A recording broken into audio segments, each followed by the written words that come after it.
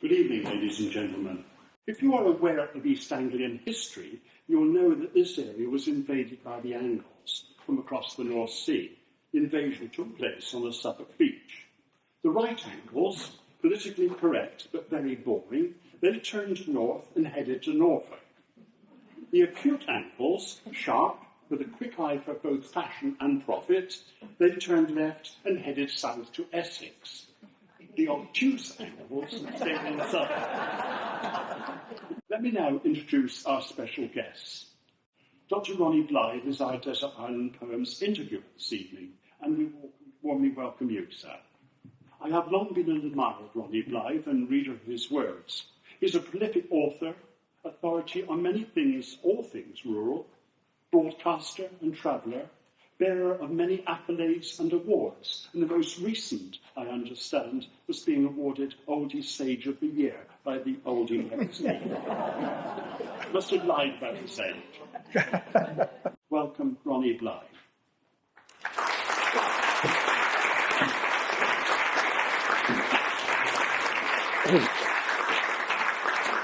Not yet, sorry.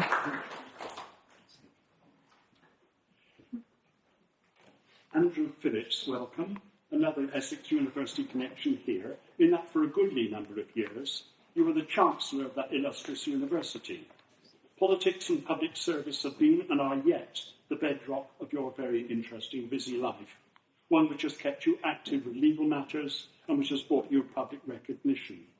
Your many years as the legal eagle on the Jimmy Young Show on Radio 2 are remembered with affection. In the guise of retirement, you continue with charitable works and with concerns for artistic and heritage groups and organisations. You list sport as a leisure interest or a leisure pursuit.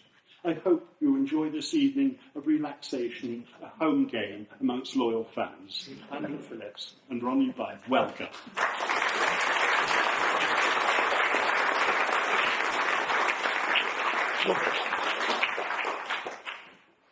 This is the perfect place for a poetry meeting.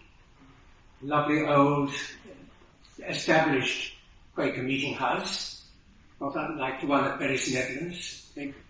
Perfect kind of bookcases. So welcome all of you. First of all, a little kind of vignette really of boyhood in Sudbury. It's on the corner of East Street and North Street. And it had some railings round a garden, and there was an enormous chestnut tree which leant over North Street. And there was an old lady, looked like Queen Mary, and the tree had conkers, and she tapped them through the railings for us as children to swing. And the house itself was covered with stereo. And eventually, although I didn't place, somebody came along and made it into a bus station. Tore down the railings, cut down a tree, concreted the garden, etc. Where we used to buy tickets for 5 shillings to go to London on a bus. Corona coaches. Corona coaches, that's right, yes. So everything changes. But I always think of this particular house because of Miss Baker who lived in it. She and her sister were old local people who lived in beautiful houses and lived in some kind of stately style, really. At the back of the house, there were the stables to the White Horse Inn. And Gainsborough's brother used to run that park long ago. And when we were there, my uncle, who had one leg and trap, used to bowl in from Chiltern, and he used to throw the reins. This is considered a great feat, that instead of looking for the ostler, you just threw the reins, and depending on somebody catching it. And he would go there on Thursdays on market day and sit on the seats there, talk to his old mates and things like that.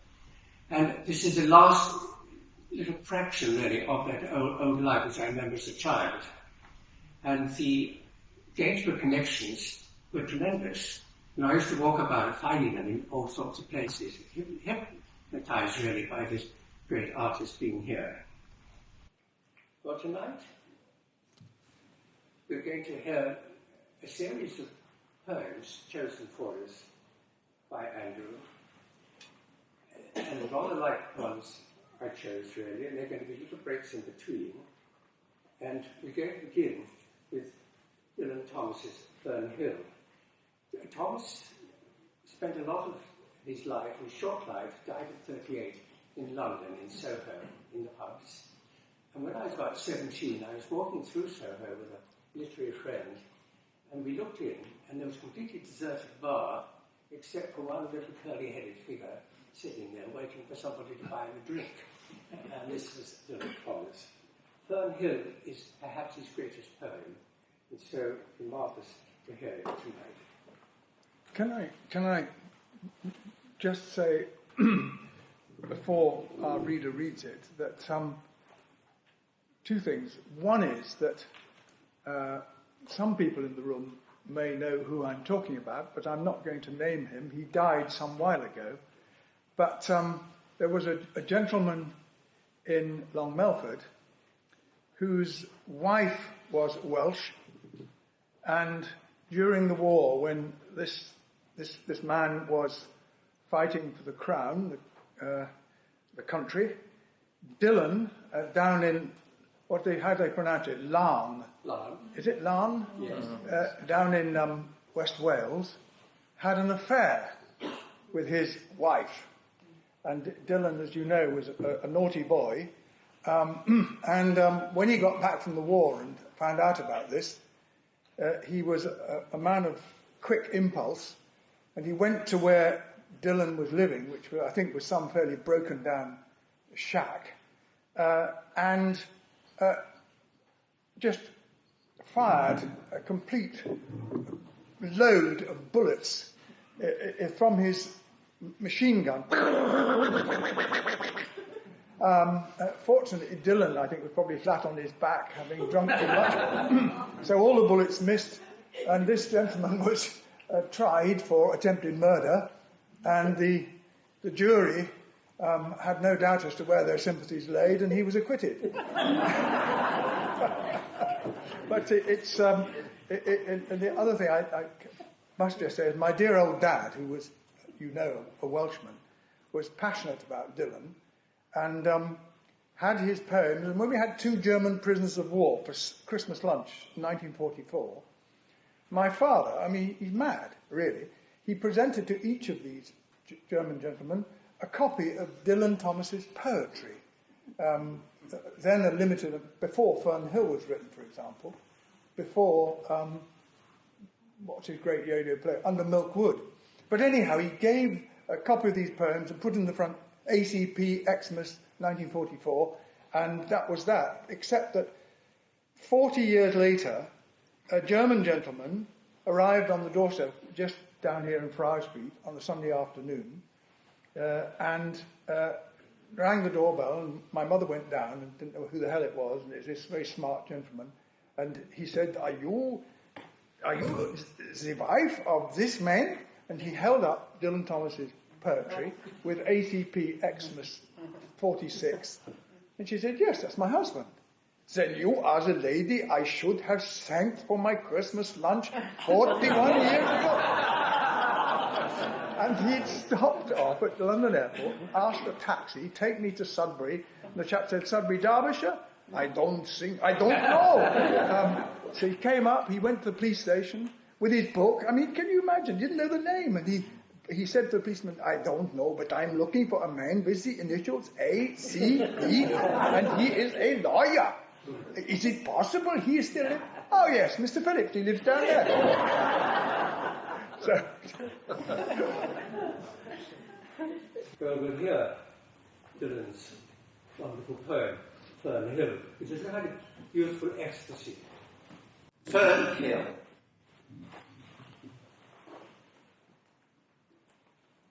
Now as I was young and easy under the apple boughs, about the lilting house, and happy as the grass was green, the night above the dingle starry, time let me hail and climb, golden in the heydays of his eyes, and honoured among wagons, I was prince of the apple towns, and once below a time, aye, lordly, and the trees and leaves trail with daisies and barley down the rivers of the windfall light.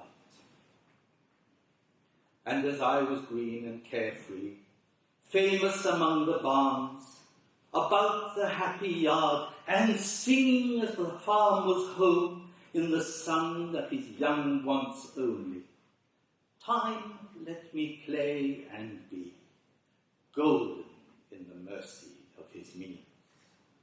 And green and golden, I was huntsman and herdsman, the calves sang to my horn, the foxes on the hills barked clear and cold, and the Sabbath rang slowly in the pebbles of the holy streams. All the sun long it was running. It was lovely, the hayfields high as the house, the tunes from the chimneys, it was air, and playing lovely and watery, and fire green as grass. And nightly, under the simple stars as I rode to sleep, the owls were bearing the farm away.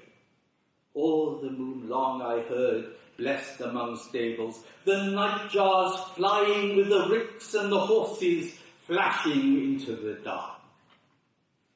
And then to awake, and the farm, like a wanderer white with the dew, come back, the cock on his shoulder.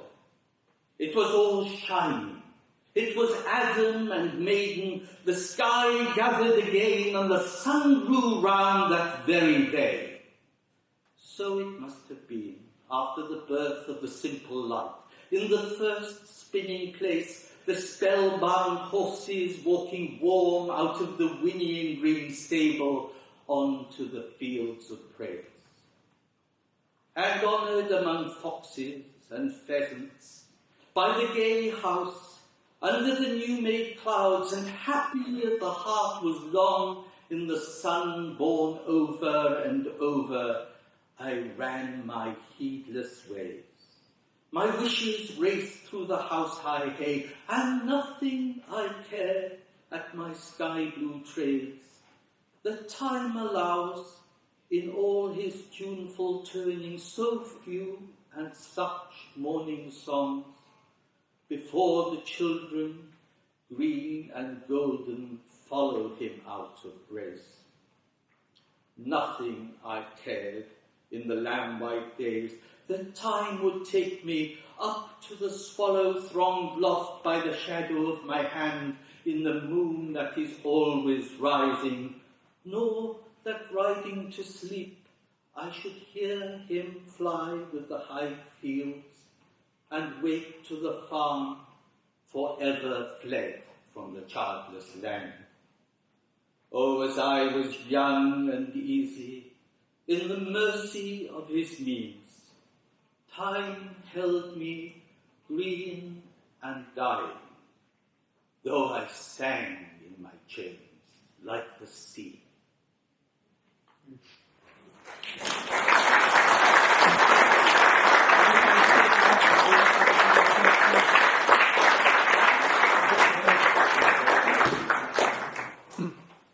When Dylan Thomas read this on the third programme, it caused a sensation. He had this wonderful voice, rather like your voice, and it was absolutely tremendous to hear it for the first time. Yes. Something hypnotic, isn't it? Hypnotic it is, absolutely wonderful.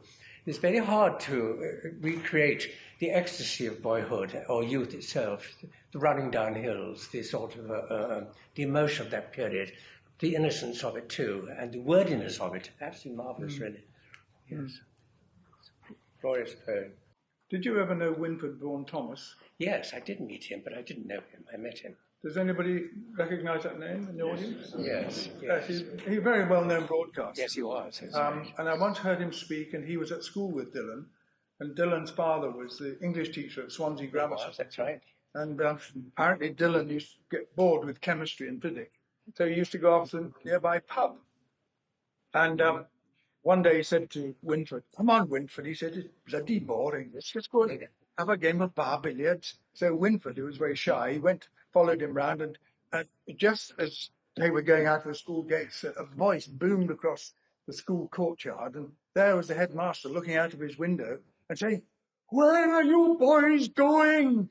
And Dylan swung round and without any hesitation said, "Off to play billiards." And apparently the headmaster said, "Wicked boys, I hope you get caught."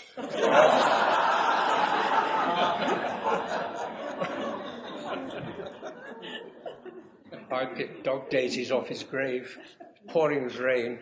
It's extraordinary, really. I remember distinctly going there. Really? Yes, that's right. I honoured him. It's tremendous.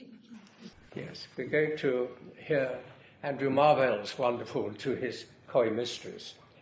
He came from Hull, and in 1621, he was born in 1621, and of course, after the Civil War, he wrote this marvellous and strange poem called Appleton House. After the Civil War, the 17th century is extraordinary, really, because it was a time of great contemplation and prayer, at the same time violence and distress, where families were broken up, where people took sides, etc., where families were ruined, and yet at the same time it produced some of the greatest dramatists and wonderful dresses and things like that, and also great emigrations, many of them from around here to North America. And so this beautiful, seductive poem, To His Coy Mistress, shows him as the tantalized lover. Yes, if I could just say that I've been sort of an absolute fan of Marvell ever since I could understand 17th century poetry. And I've grown also over the years to like him more and more and respect him more and more as a man. And there's some good biography written of him. I don't know if anybody's ever written one. But he just as you said, Ronnie, that period of the Civil War, it put huge strain on districts and indeed families. Families were split, some one side, some the other. And there was a point, apparently, in Marvell's life where he was quite drawn to Catholicism, but his father was a vicar, in fact, in Hull, and he that wasn't a long period of his life. But what I find fascinating is that he got elected to Parliament in 1659 and was MP for Hull until he died 20-odd years later. But he wrote letters to his constituents every month, long, detailed letters about what was happening in Parliament and so on. And they are a riveting source of stuff about that restoration period. And then the other thing that is not many people realise about Marvell is that he was the tutor to the children of General Fairfax, the great parliamentary hero. And after that, he became a tutor to one of Oliver Cromwell's wards and became quite close to Cromwell and ended up succeeding John Milton as his foreign secretary. So, I mean, I love this idea that some say Cromwell was a Philistine. But his first foreign secretary was Milton. Second foreign secretary was Marvell. Marvell's assistant, believe it or not, was John Dryden. So it must have been an interesting civil service. But I love him. Well, Fairfax's house, Appleton House, was where Marvell was at quite long periods, and where the kind of rethinking really of the Civil War and the awful things which happened to society and to himself took place. And he walked about in this great garden, very distressed by the lack of civilization and the misery it caused. And he also thought a great deal of North America at that period. There was a willing need to go somewhere else, but he didn't go anywhere else. He stayed really, in a sense, at Appleton House. To his coy mistress, had we but world enough and time, this coyless lady were no crime. We would sit down and think which way to walk and pass our long love's day. Thou by the Indian Ganges side shouldst rubies find. I by the tide of Humber would complain. I would love you 10 years before the flood, and you should, if you please, refuse till the conversion of the Jews. My vegetable love should grow vaster than empires and more slow, and 100 years should go to praise thine eyes and on thy forehead gaze, 200 to adore each breast, but 30,000 to the rest. An age at least of every part, and the last age should show your heart. For ladies, you deserve this state, nor would I love at lower rate. But at my back I always hear time's winged chariot hurrying near, and yonder all before us lie deserts of vast eternity. Thy beauty shall no more be found, nor in thy marble vault shall sound my echoing song. Then worms shall try that long reserved virginity, and your quaint honour turn to dust, and into ashes all my lust. The grave's a fine and private place, but none, I think, do there embrace. Now, therefore, while the youthful hue sits on thy skin like morning dew, and while thy willing soul transpires at every pore with instant fires, now let us sport us while we may, and now, like amorous birds of prey, rather at once our time devour than languish in his slow sharp power. Let us roll all our strength and all our sweetness into one ball, and tear our pleasures with rough strife through the iron gates of life. Thus, though we cannot make our sun stand still, yet we will make him run.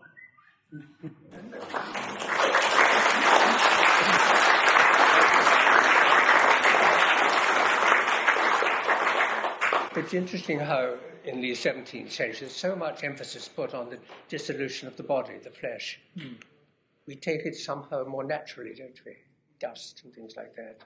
Take the funerals, say dust to dust, ashes to ashes, things. But then they were obsessed, really, in a morbid way, about the actual dissolution of the body itself. Do you find that morbid? Well, I think it's sort of... I find it rather it's erotic. Erotic? Yeah. We won't go into that, Andrew. It's not Sunday yet. But I think now we're kind of rational, I suppose, to a degree, perhaps because of more cremations and things like that. But we don't, when somebody dies, we don't dwell really on the natural dissolution of the body. But they did in the 17th century, never more so than here. It's a kind of tragedy, really. That's interesting, because you're concentrating on the dusty bits. Yes, that's right. And I'm concentrating on the 200 to each breast. Yes, absolutely. But I can see there's room for both points of view. Yeah, it's a wonderful. It is fantastic, isn't it? Yeah, it is. Nobody's done more, I don't think, for their local civic society than this friend of mine sitting next to me. And Sudbury has got a not entirely an enviable reputation, civic-wise, mostly because of Dickens, who was in his 20s, and was on the judges' circuit, and coming on in a coach, and he came here, where very few people allowed to vote were made drunk or given too much food and things like that.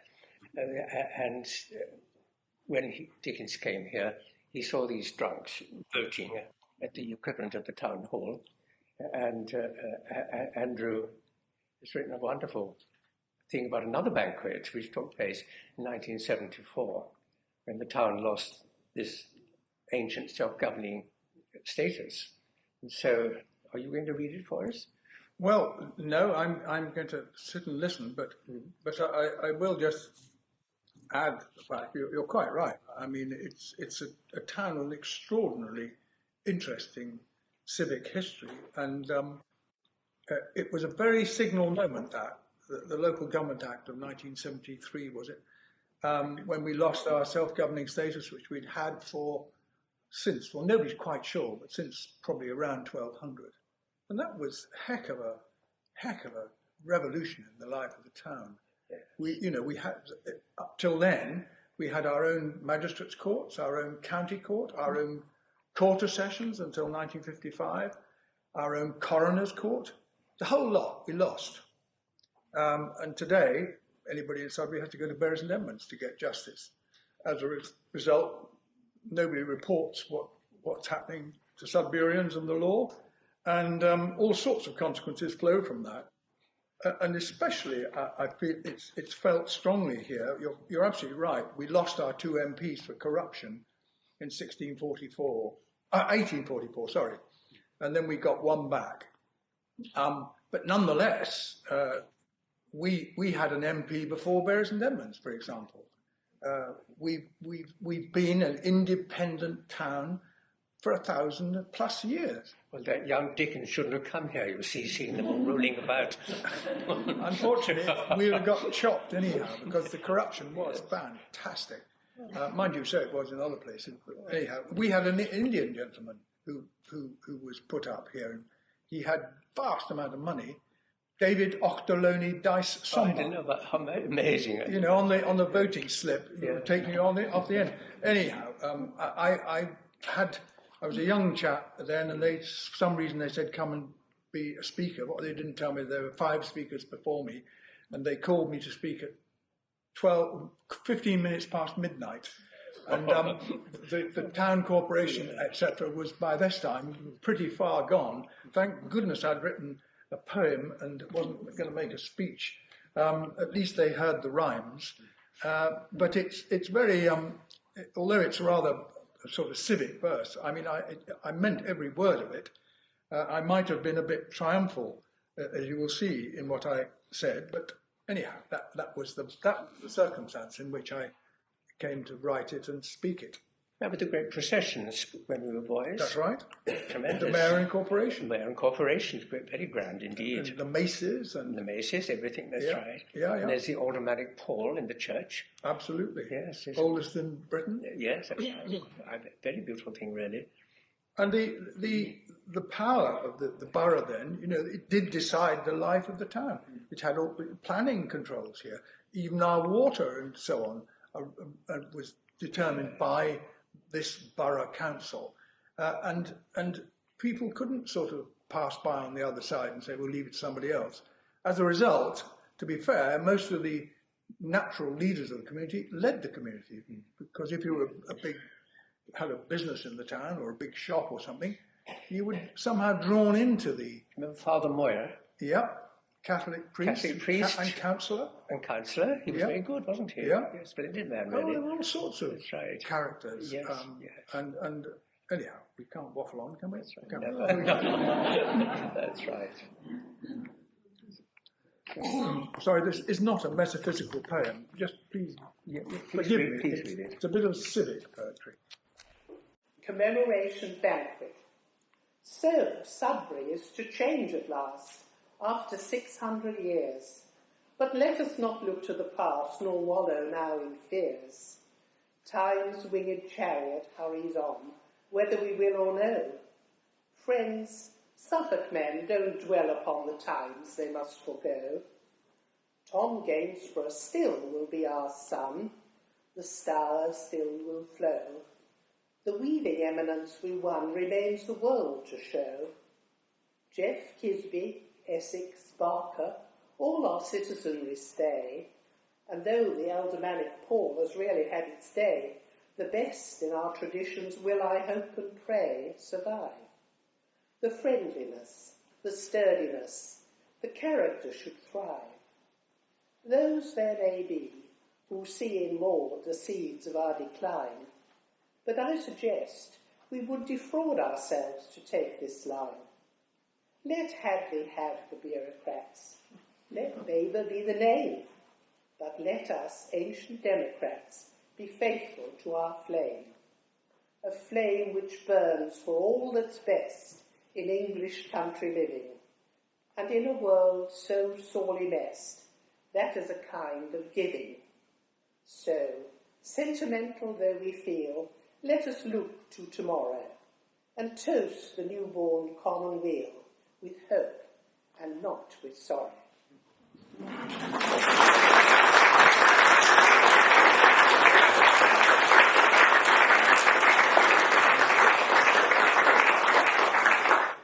You've chosen the rolling English road via Chesterton. And every time I read this poem, I keep, whether it's libelous to say so, I kept thinking of Dr Griffiths. Yes. Does anybody know him? Dr Griffiths? No. Well, No. he was a One. dear friend of ours, Two. and his children are still my friends. But he was a dentist come doctor, and his wife, Dr Grace, was the first person I said when I was about 12 that I intended to be a writer.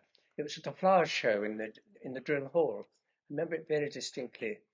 And Dr Griffiths was Chestertonian, looked Chestertonian, spent most of his life in pubs, was a most charming Welshman, another Welshman, and we all loved him, really. I rather still miss him in some ways. Mm. But whenever I hear this poem, which we're going to listen to in a minute, called The Rolling English Road, not that he walked very far, I must say, he also had rather broken down cars, but this is this kind of beer drinking period between Belloc and Chesterton, where they went pub to pub. It's a wonderful, ambling, distorted way. It's the way you do feel when you're rather tight, when you're not quite certain which way you're going. That's a bit... Mind you, if you had been a driver, you would have known his car. Yeah. I tell you. You used to give me lifts in it. You were a very bold man. The index number of his car was NEV8, NEV8. And if you say to me tonight, what is the index number of my car, I can't tell you.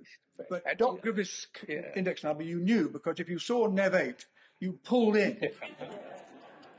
I'm not kidding. I mean, he was fantastic. He used to live in Assington. Yes. And that road, jeepers. And his wife, as you say, wonderful Dr. Grace Griffiths, a Quaker missionary doctor to where in China, wasn't it? They had 6 children. That's right. All of them dear ones and friends of ours. Absolutely. That's right, yes. I said, still some alive, I'm glad to say. And he used to be in Bournemgate precinct, and he used to say to patients, the days before much painkillers, he'd say, nip over to the bear and have a couple of stiff ones, and I'll drill you when you get back.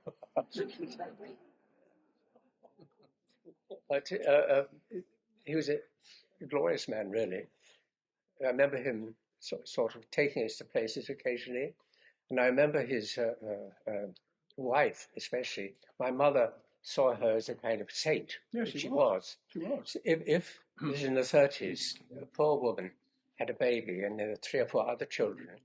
Dr. Grace put them all in her car. They had, and took them back for a few days to give mother. She never used the parents' names. Mother was mother and father was father. And people had no money at all, and very, very poor indeed, often farm workers. And when a baby came, Dr. Grace put the other children in the car and took them back to her rather big house and looked after them for a few days to give mother a rest. She sometimes stood up for people in the courts who were had up for this, that, or the other, saying how wonderful they were. She had no judgment of anyone, really. She was a splendid woman. And eventually she bought, which part of the world you love very much, a place at Argafen. First of all, she had a caravan for bird watching, and then later on she had a little brickmaker's cottage there, and where she would flee from the world, in a sense, with another woman, Dr. Jolly, whose funeral I took, as a matter of fact, a long time. And I thought these 2 ladies, these 2 Edwardian ladies, were a great lesson to everybody. They were lacking in vanity, had no interest in money whatsoever, didn't bother to collect it, did anything for anybody all the time, adored children, and were both stern and easy. It was extraordinary. But whenever I think of the old rolling English road, I think of her husband, which she never condemned remotely, but there he was on the rolling English road. The rolling English road. Before the Roman came to Rye, or out to Severn strode, the roguish English drunkard made the rolling English road, a reeling road, a rolling road, that rambles round the shire, and after him the parson ran, the sexton and the squire, A merry road, a mazy road, and such as we did tread the night we went to Birmingham by way of Beachy Head. I knew no harm of Bonaparte's, and plenty of the squire, and for to fight the Frenchmen I did not much desire, but I did bash their bagonets because they came arrayed to straighten out that crooked road an English drunkard made, when you and I went down the lane with ale mugs in our hands, the night we went to Glastonbury by way of Goodwin Sands. His sins they were forgiven him, or why do flowers run behind him, and the hedges all strengthening in the sun? The wild thing went from left to right, and knew not which was which, but the wild rose was above him when they found him in the ditch. God pardon us, nor hardness, we did not see so clear the night we went to Bannockburn by way of Brighton Pier. My friends, we will not go again, or ape an ancient rage, or stretch the folly of our youth to be the shame of age, but walk with clearer eyes and ears this path that wandereth, and see undrugged in evening light the decent inn of death. For there is good news to be heard, and fine things to be seen, before we go to paradise by way of Kensal Green.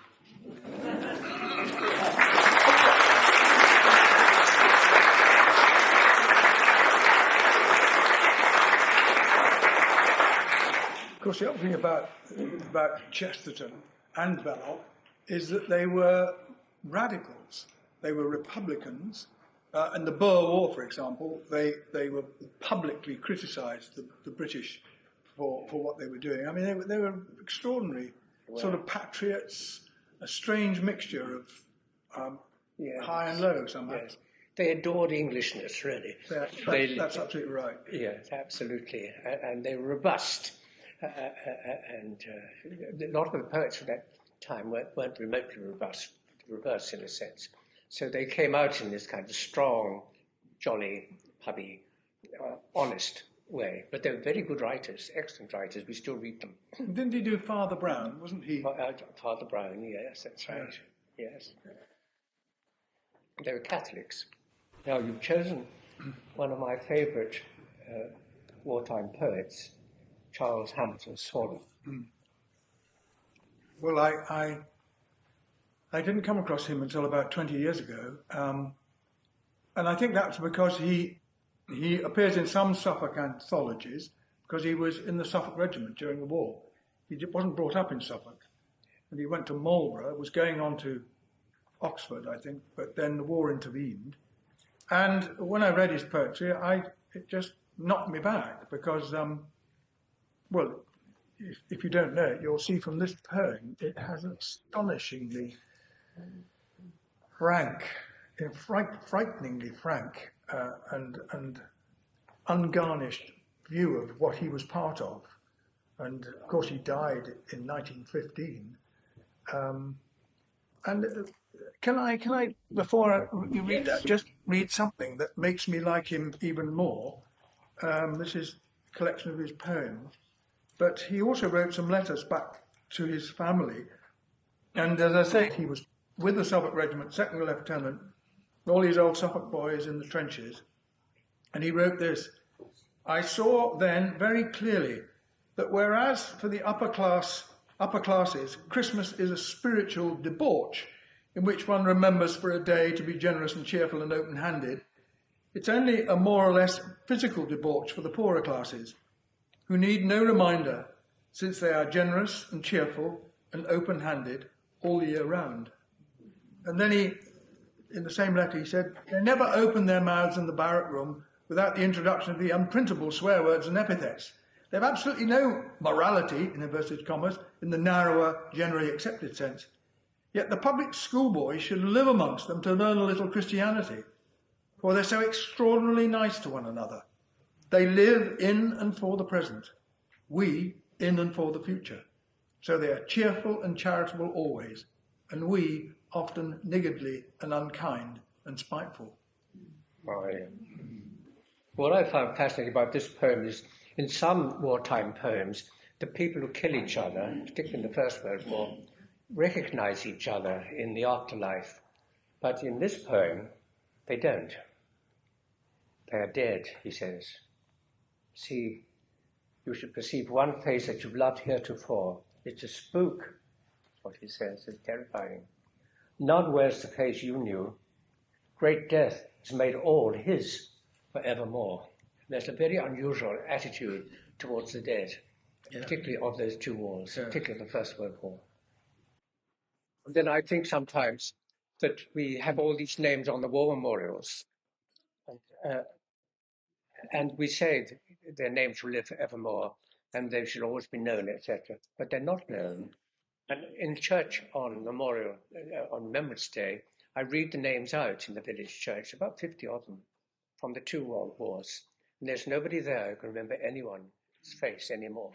It's because it's 100 years since 1914, and a long time since 1939, and these faces are gone. One of the touching things I once saw at a Bullman near here, there's a little exercise book, whether it's still there, at the end of the church. And it tells you where the people on the war memorial lived and what they did, mostly farm workers. It's very moving, but ours have become rather anonymous, however well you take the Remembrance Day services. And so this poem, I think, is poignant. Unfortunately, in the town, two ladies in the town did a book 4 or 5 years ago. Every single one of the First World War dead, they have resurrected. There's a photo of each one and a life story of each one. It's a fantastic book. It's still go to Kestrel, you still get it. My father was at Gallipoli in the South Regiment, 5th Suffolks. I suppose for a country boy like him, it must be like going to the moon. Gosh. Yeah, Was Sorley in the 5th? He's 5th Suffolks. I don't know which one. I can tell you, whilst the gentleman's reading the poem. Yes. No, I'll listen. Sorry, I'm going to listen. When you see millions of the mouthless dead, Charles Hamilton story. When you see millions of the mouthless dead, across your dreams in pale battalions go. Say not soft things as other men have said that you'll remember, for you need not so. Give them not praise, for death, how should they know it is not curses heaped upon each gashed head, nor tears? Their blind eyes see not your tears flow, nor honour. It is easy to be dead. Say only this, they are dead. Then add thereto, yet many a better one has died before. Then, scanning all the o'ercrowded mass, should you perceive one face that you loved heretofore, it is a spook. None wears the face you knew. Great death has made all his forevermore.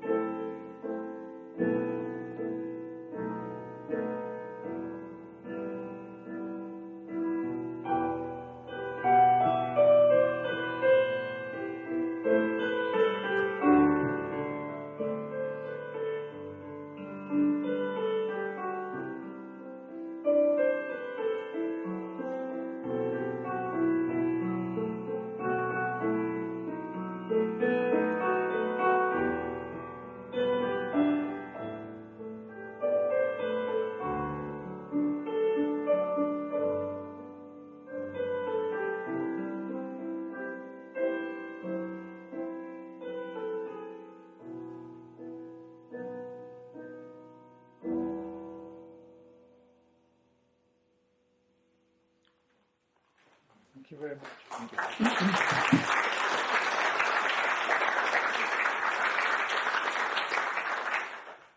you. Does anybody know Elmsett Village? Hands up. Well, it is stuck in the middle of nowhere. Ashley Cooper knows it because his father and grandfather farmed there. But it's a fascinating little village. I mean, it has an extraordinary history. And do go, because outside the church, on the other side of the road from the church, is the tithe memorial to the farmers in Elmsett who were, in effect, done for by the church because they couldn't pay the tithe in the bad years between the wars. And there's one particular account of, is it Elmsett Hall Farm? Where they sold up everything available. Unfortunately, they couldn't find an auctioneer, incidentally, to do it, because they just thought they would never get another sale if they did. And they had to go, I'm not sure they didn't go to London or Does South. anyone remember Doreen Wallace, the novelist? No. Well, anyway, she was a farmer, and she fought the tithe war in the 1930s, really. There used to be huge meetings at the Four Swans in Sudbury at that time, run by Doreen Wallace against the tithes. The tithes were really a tenth of what you possessed, right from the Norman times, really. You had to give a tithe. The tithe barns were built, so that you didn't give money sometimes. You had to put a tenth of your crops, or perhaps your chickens or whatever, and then these all had to be sold. It was a kind of complicated business. Well, when it got to the 1930s, people were against this ancient kind of hopeless custom, and it was what the word is, but turned into money. So you had to pay so much money, as it were, towards the church. And then not towards the church, but towards, I suppose, the government. But until then, you had to give a tenth, if you were a farmer, to the church.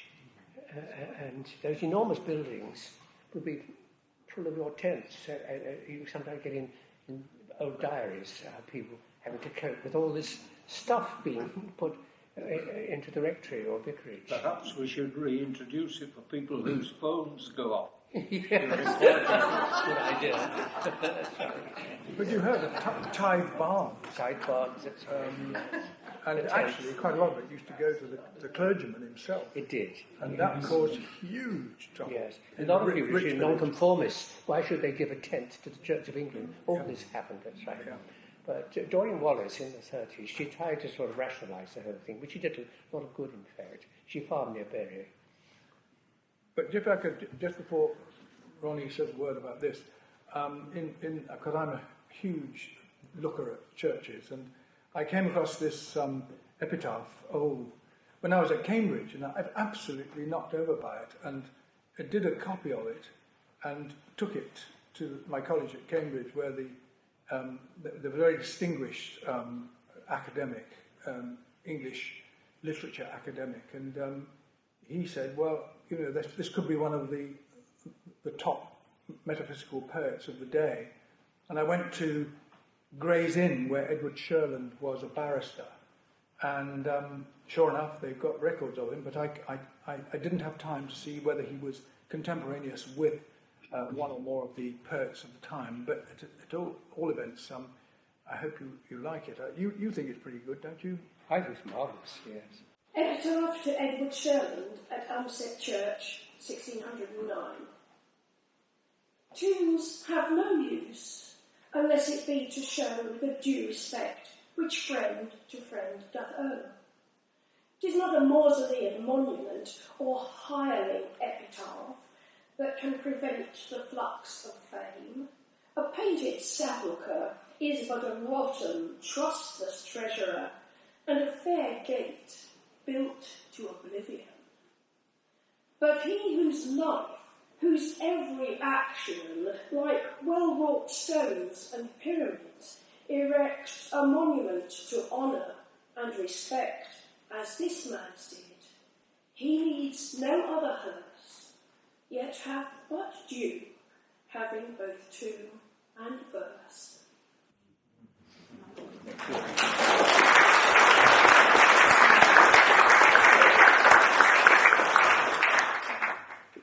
Now we now come to one of Sudbury's most celebrated people, George Fulcher. And in St Gregory's Churchyard you'll see his kind of pyramidal tomb by the side of the path. And he helped to write the local paper. And he was influenced by George Crabbe, the great sort of realist poet from Aldborough. And this is a part to do with the appalling conditions of the poor when the workhouses were put up from the 1820s onwards, much condemned by many social people at that particular time. But the fact was that many people, perhaps when they were ill, working on the land or bodies worn out since they were working from that 8 onwards, etc., there they were. Somebody had to feed them, look after them. So these awful buildings were put up, as big as palaces almost, and also in the kind of architecture to which they weren't accustomed. And men and wives were separated at the door. And then also, which I can remember, there were all these so-called tramps and travellers on the roads, people who'd lost their homes, pushing prams full of clothes, sleeping in the summertime in ditches and behind barns, and in the winter in the workhouse. And our workhouse at Sudbury here was turned into a hospital eventually. But my grandmother, who could remember these awful days, when she was in her 90s and very ill, was in the hospital, but she couldn't believe it was a hospital. She thought we'd put her in the workhouse.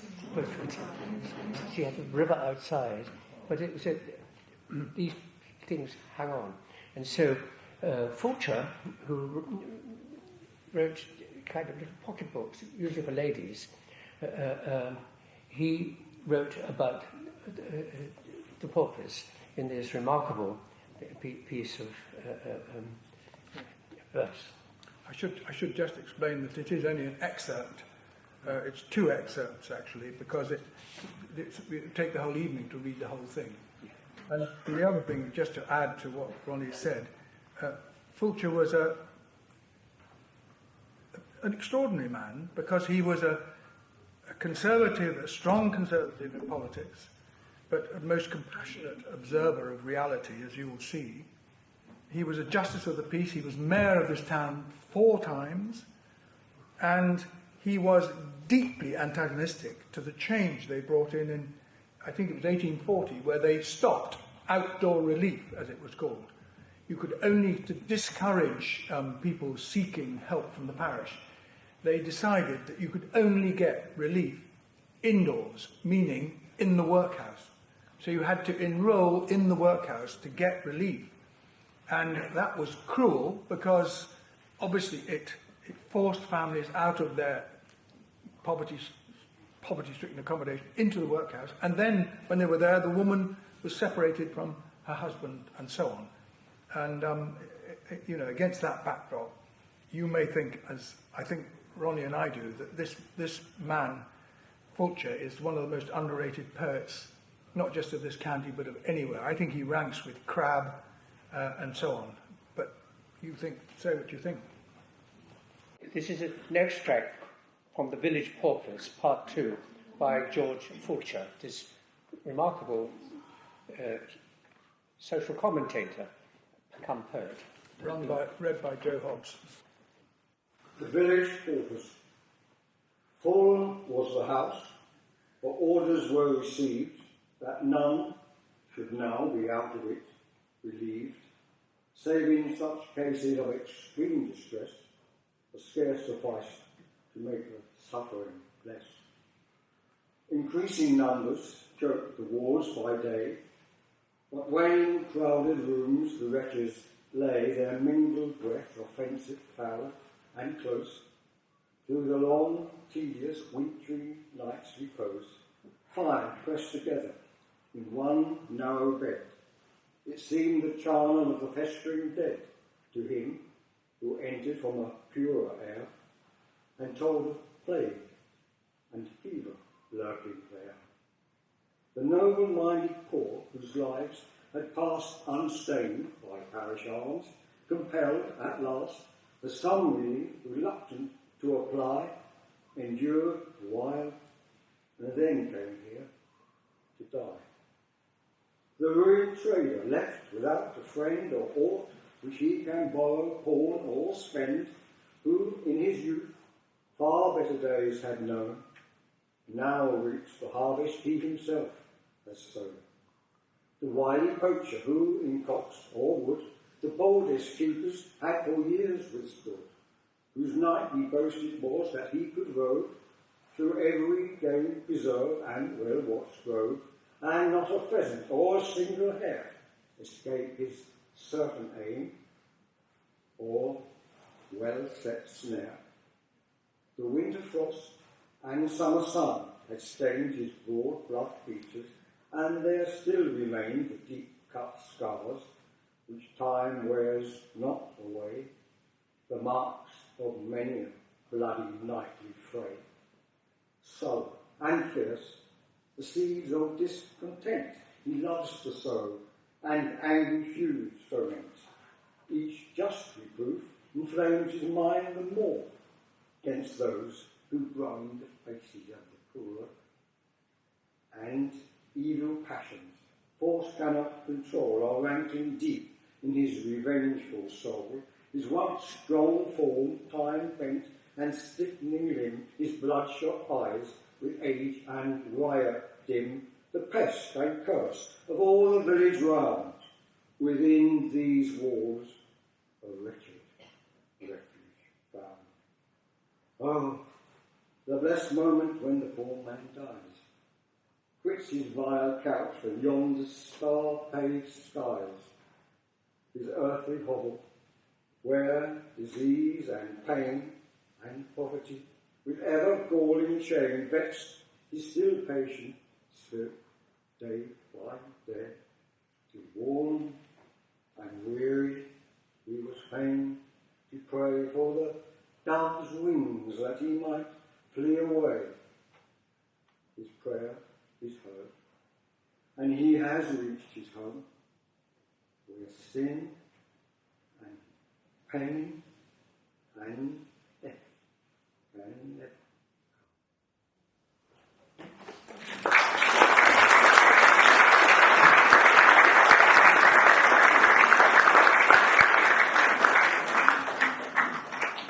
When in the 1850s, people around here heard that people in the workhouse at Chelmsford were given Christmas pudding on Christmas Day properly, they would let us a protest in the local paper. Fancy paupers being given Christmas pudding. That's right. Incredible. Absolutely. Incidentally, that's about, I think, an eighth of the whole poem, Village Paupers, and I do recommend that you get a copy. It's a wonderful, if depressing, story. The other thing about Fulcher was he got together all the first notes of Gainsborough. He didn't finish the book, but a lot of his, almost, not quite in Gainsborough's time, but fairly near to it, old people in his time knew about Gainsborough, and he began to collect material for a biography. It's been very useful for later writers. And they used his notes, I think, for the first ever biography of Gainsborough. They did indeed, yes. Yes, that's right. So we're on to The World Is Too Much With Us. Wordsworth's sonnet, as you know, the Lake poets withdrew, really, from the world to the Lake District and brought, of course, the world with them because of their descriptions of it, and so it became a tourist centre, which it wasn't until they went there. But he was I don't know, Wordsworth, how do you rate him generally? Oh, great, yes, very great. Yes, a major poet. Because I think he started life, he was another one who was a real radical. I mean, he went to France, didn't he, as a very young man? Yes, and he said, blessed was that time to be alive, and to be young was very heaven. That's when right. the French Revolution broke out. That's right. And he was all for it. He was all for it. All for it. But he married. Yes, he didn't realise about what. No, when the terror came, He'd also changed lived his in mind. France. That's right. He had a daughter in France. Yes. By a French woman. Yes. And he and Coleridge were both Republicans and, radical in politics, but that mellowed with time. But some people never forgave him. Hasley never forgave him. And Byron never forgave him for going soft. So you can never win. But I like this, just lastly, this thing I like, because it's got a really contemporary ring. It's written in about 1840, 45. But to me, it's got a real relevance to the condition of our culture and society today, I think. The world is too much with us. The world is too much with us. Late and soon, getting and spending, we lay waste our powers. Little we see in nature that is ours. We have given our hearts away, a sordid boon. This sea that bears her bosom to the moon, the winds that will be howling at all hours, and are up, gathered now like sleeping flowers. For this, for everything, we are out of tune. It moves us not. Great God, I'd rather be a pagan suckled than a creed outworn. So might I, standing on this pleasant lea, have glimpses that would make me less forlorn. Have sight of Proteus rising from the sea, or hear old Triton blow his wreathed horn.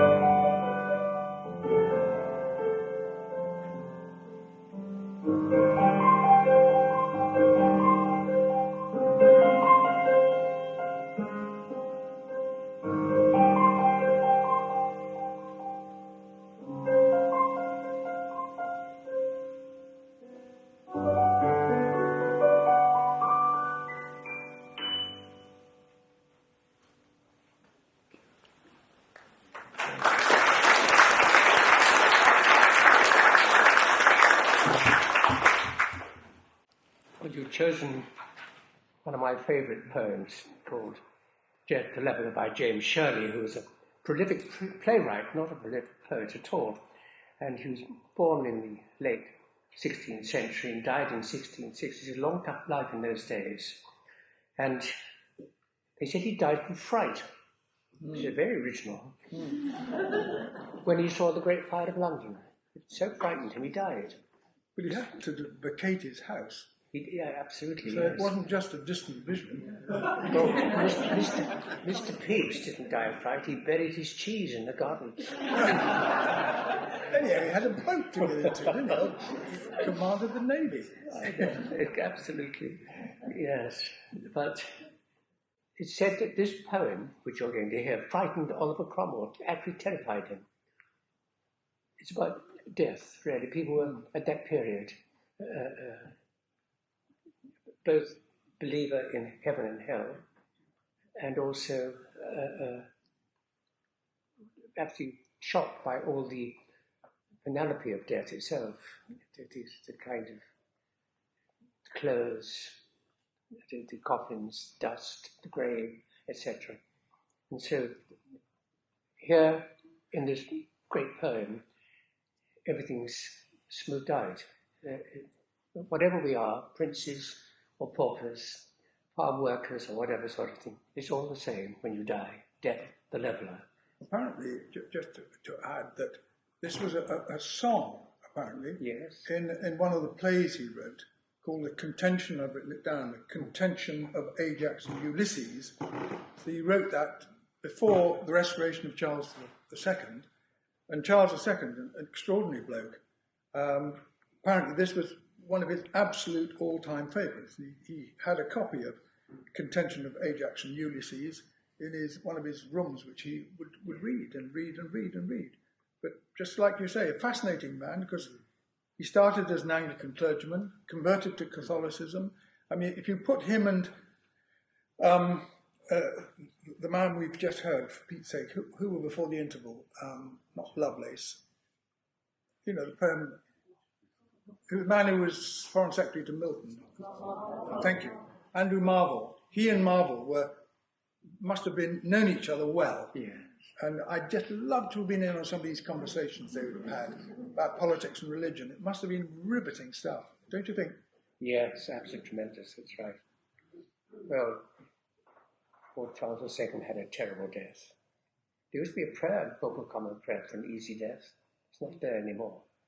But people, they didn't have painkillers, or any correct medicine, things like that. And they had these literal concepts of what followed after death. And so people did die in great fear, I think, at times. And so we're told that this man, this lovely playwright come poet, died of fright. Death the leveller. The glories of our blood and state are shadows, not substantial things. There is no armour against fate. Death lays his icy hand on kings.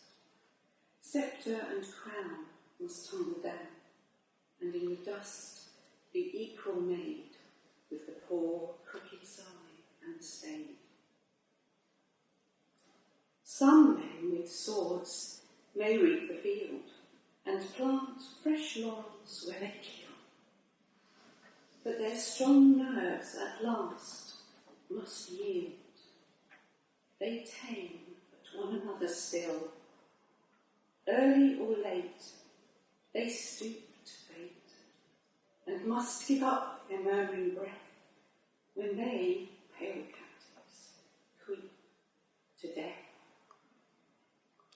The garlands wither on your brow, then boast no more your mighty deeds.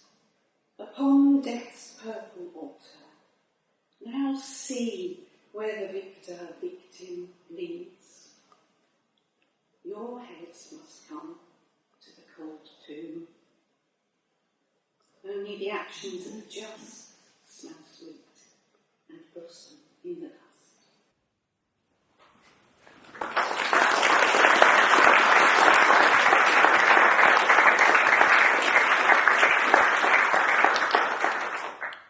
Well, this is a great favourite, W H Davies. He used to be on the road, rather like people were much later, until he was 30, walking about, sometimes peddling food and things like that, living the life of a tramp. And he wrote a wonderful book, a bestseller really, in 1907, called Autobiography of a Super Tramp. He made it famous. And I said it's very like the Beat Generations on the road aspect. And he was loved for his, what they call splendid, rough, direct prose and his simplicity. And this poem is supposed to bring us all to a halt, really, in our ambitions, etc. We all do move about a great deal these days and hurry about. I don't say that we're not contemplative as people used to be. I think we really are. But he said, pause, stop, look, listen, etc. And this well-known poem sums it all up. Leisure. What is this life if, full of care, we have no time to stand and stare? No time to stand beneath the boughs and stare as long as sheep or cows. No time to see when woods we pass, where squirrels hide their nuts in grass. No time to see, in broad daylight, streams full of stars like skies at night. No time at turn, at beauty's glance, and watch her feet, how they can dance. No time to wait, till her mouth can enrich that smile her eyes began. poor life this, if, full of care, we have no time to stand and stare.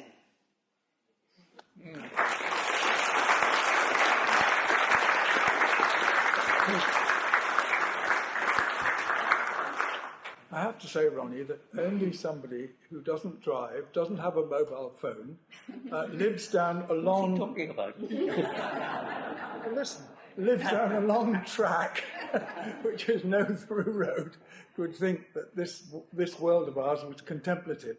I mean, London now is bonkers, and Parliament is bonkers on stilts. On stilts. I mean, you know, people have their wretched technology going all the time. Yeah. Looking at this, sometimes answering the phone as well.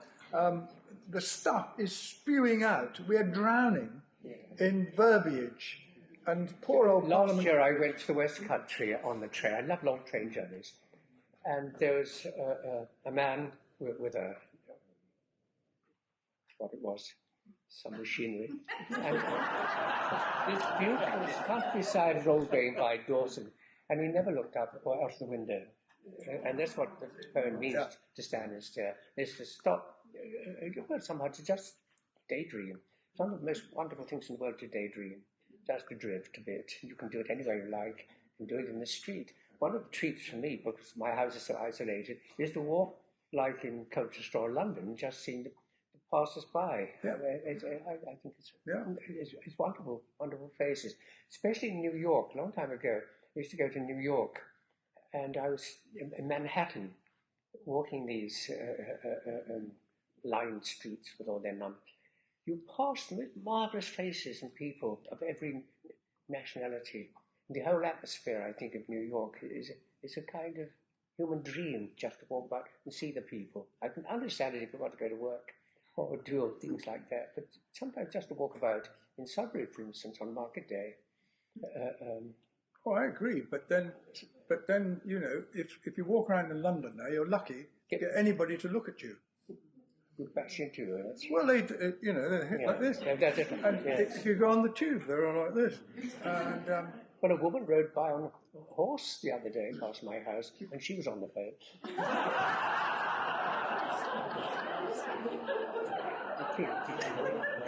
It wasn't Lady Godiva, was it? It is serious. I even belong now to a group. It's quite informal. We meet once a week for an hour, and it's called a mindfulness group. I don't know if any of you have come across that. Simply as a sort of slight pause in this lunatic merry-go-round of drowning. We are in a Quaker meeting house. There's another one like it in Bury, as I said before. And this is a place of quietness. They don't have to be silent all the time, but to be quiet. Yeah. It's a great art, really, to pray without perhaps words. Yeah. I said, when I was writing about the Quakers last year, I said, do they sing? Several Quakers wrote to me and said, yes, we sing, but I've never heard Quakers singing. I suppose they do. But I feel when I come to a beautiful room like this, which has been here on the spot for 200 or 300 years, that there's a kind of captured silence and quietness. Absolutely. And it's very necessary. That people sometimes have to take drugs because their lives are so noisy and you've got the telly on all day or something. I had a relation come to see me once at 3 p.m, because the television was on. She said, is it broken? She had hers on all day, really, in 2 different rooms, I think. But I think we do need now to measure silence a bit, because there's so much in the house which is stop it existing. Says we, two talkative gentlemen. Anyhow, now we're on to the last poem, and it's I did suggest part of the old Vicarage at Grantchester. Are we getting the lot or not? Is it a cut down version? I think they're going to read it all. The whole bag of tricks. It'd be nice to have it all. This is the purest view of Brooke, because this it's a wonderful poem, but it will probably last 5 minutes, and it was written in 1912, wouldn't it? And it's actually written on the train. Yes, in Germany. What I like about it is particularly, I think it's got wonderful. Funny enough, it's got a touch of the poem we began with, the Dylan Thomas. It has. It's an English Dylan Thomas, which means the language is not quite as what's the word? What word we use for Dylan? But it has that quality of extraordinary spontaneity and intuition, and the way he uses words in such a rich density of words, and they fall over each other, and yet they achieve a purpose, don't they? Yes. Can I tell a Sudbury story about this poem? When I was in my 20s, we were in a pub called the Royal Oak, if you remember. Oh, yes. That's right. Still there. It's still there. And we were talking poetry, actually, with another boy, and we were talking about Rupert Brooke, and a little man who's travelled for Ein Coop, the brewer, turned round, and he said that he helped to dig Rupert Brooke's grave. We were astounded by this. Keep going. And he was on the way to the Dardanelles, as was my father, in the Suffolk regiment. And a young officer who was 27 had become ill with a mosquito bite on the ship. And the ship pulled into the island of Skyros, where the officers died. And his party was sent abroad, these sailors, including this man in the pub, to dig his grave. And it was very stony, this man told us, in the pub here. But they had to pile a lot of stones and rocks on top so that it wasn't pulled out by some animal. And then the ship went on to the Dardanelles. It's an extraordinary story told in the Royal Oak here. It's rather nice, isn't it, this year to be having Charles Sorley. Incidentally, he wasn't your father's battalion. I checked it in the interval. He was the 7th. And then to be having Rupert Brooke, the sad thing is that they both, of course, died in serving, doing their duty. Yes. Mrs. Brooke, who was a rugby master's wife, when Rupert died, published his poems and put this photograph of him as the frontispiece. He was extremely good looking, and poems became not a bestseller because of his looks, but somehow the whole romance of the First World War was finished then. Moved on to the Wilfred Owen period on realism and shock and anger. But at that moment, there was this idea of wonderful young men dying for England and making some foreign place their own. And I might just add to that I once sat at dinner, when quite a hell of a lot younger, next to Lady Diana Cooper. Does that name ring a bell with anybody? Yes. Wife of Duff Cooper, who was British ambassador to France in the 20s.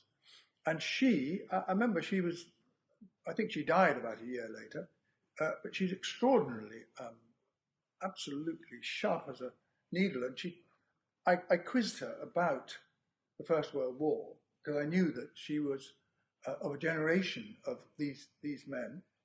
And she said, yes, she said, and then she started to reminisce about the group of sort of 18 to 20-year-olds, of whom she was one, and became extremely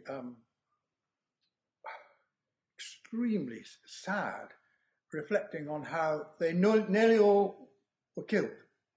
And she said, it's difficult for you, young man, to understand how I, as a young woman, and some of my women friends felt to see our generation decimated in a fruitless war. But the Times lists every day hundreds of men. No one could have imagined such a thing. No.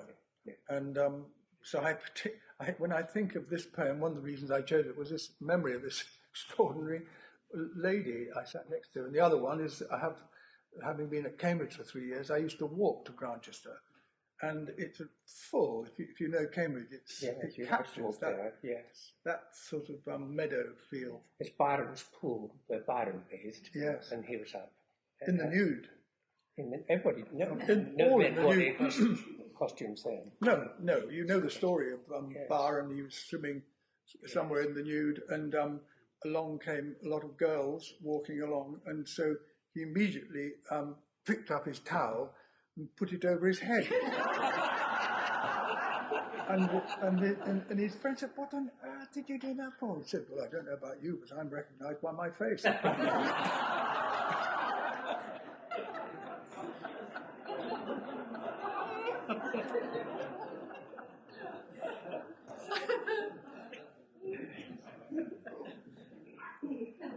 The Old Vicarage, Rochester. And this was written in the Café de Western, Berlin, in May 1912, just before the First World War. Just now, the lilac is in bloom, all before my little room, and in my flower beds, I think, smile the carnation and the pink, and down the borders, well I know, the poppy and the pansy blow. Oh, there the chestnuts, summer through, beside the river, make for you a tunnel of green gloom, and sleep deeply above, and green and deep, the stream, mysterious, lies beneath, green and deep as death. Oh damn, I know it, and I know how the May fields all golden show, and when the day is young and sweet, gild gloriously the bare feet that run to bathe. June lieber Gott, here am I, sweating, sick and hot, and there the shadowed waters fresh lean up to embrace the naked flesh. Temperamental all German Jews drink beer around, and there the dews are soft beneath the dawn of gold. Here tulips bloom as they are told. Unkempt about those hedges blows an English unofficial rose. And there the unregulated sun slopes down to rest when day is done, and wakes a vague unpunctual star, a slip of Hesper, and there are meads towards Hastings and Gotham, where Das Betterton's not their Burton. Would I were in Grantchester, Some, it may be, can get in touch with nature there, or earth or such, and clever modern men have seen a form a-peeping through the green, and felt the classics were not dead, against a naiad's reedy head, or hear the goat-foot piping low. But these are things I do not know. I only know that you may die day long and watch the Cambridge sky, and flower lulled in sleepy grass, hear the cool lapse of hours pass, until the centuries blend and blur in Grantchester.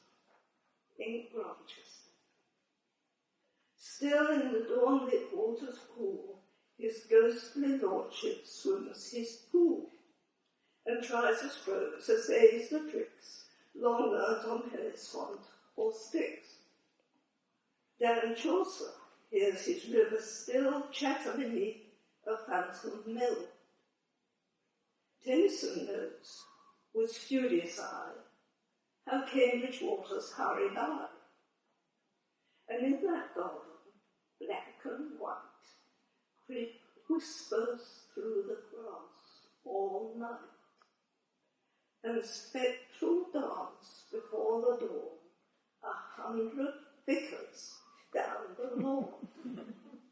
Curates long dead thus will come and go on lissome, clerical, printless toe, and oft beneath the boughs is seen the shy shade of a rural deed, till at a shivering skies, vanishing with satanic cries, the prim ecclesiastic rout leaves but a startled sleeper out. Grey heavens, the first bird's drowsy calls, the falling house that never falls. God, I will pack and take the train and get me to England once again. For England's the one land I know where men with splendid hearts may go, and Cambridgeshire, of all England, the sharper men who understand, and of that district I prefer the lovely hamlet Grantchester. For Cambridge people rarely smile, being urban, squat, and packed with guile. And Royston men in the far south are black and fierce and strange of mouth. And over they fling oaths at one, and worse than oaths are Trumpington. And little girls are mean and dirty, and there's none in Austin and 30. And folks in Shelford and those parts have twisted lips and twisted hearts. And Barton men make cockney rhymes, and cotton's full of nameless crimes. And things are done you'd not believe at Madingley on Christmas Eve. Strong men have run for miles and miles when one from Cherry Hinton smiled. Strong men have blanched and shot their wives rather than send them to time. Strong men have cried like babes began. The hill happened at Abraham. But Grantchester, Grantchester, there's peace and holy quiet there. Great clouds along Pacific skies, and men and women with straight eyes. Little children, lovelier than a dream. A bosky wood, a slumberous stream, and little kindly winds that creep round twilight corners half asleep. In Grantchester, their skins are white. They bathe by day, they bathe by night. The women that do all they ought. The men observe rules of thought. They love the good, they worship truth. They laugh uproariously in youth. And when they get to feeling old, they up and shoot themselves untold. Ah, God, to see branches stir across the moon at Grantchester, to smell the thrilling, sweet and rotten, unforgettable, unforgotten river smell, and hear the breeze sobbing in the little trees. Say, do the elm clumps greatly stand still guardians of that holy land? The chestnut shade in reverent dream, the yet unacademic stream. Is dawn a secret shy and cold, and illuminating silver gold, and sunset still a golden sea from Hasling Field to Madingley, and after, ere the night is born, do hares come out about corn? Oh, is the water sweet and cool, gentle and brown about the pool, and laughs the immortal river still under the mill? Say, Is there beauty yet to find, and certainty, and quiet kind? Deep meadows yet, for to forget the lies and truths and pain. Oh, yet stands the church clock at 10 to 3, and is there honey still for tea?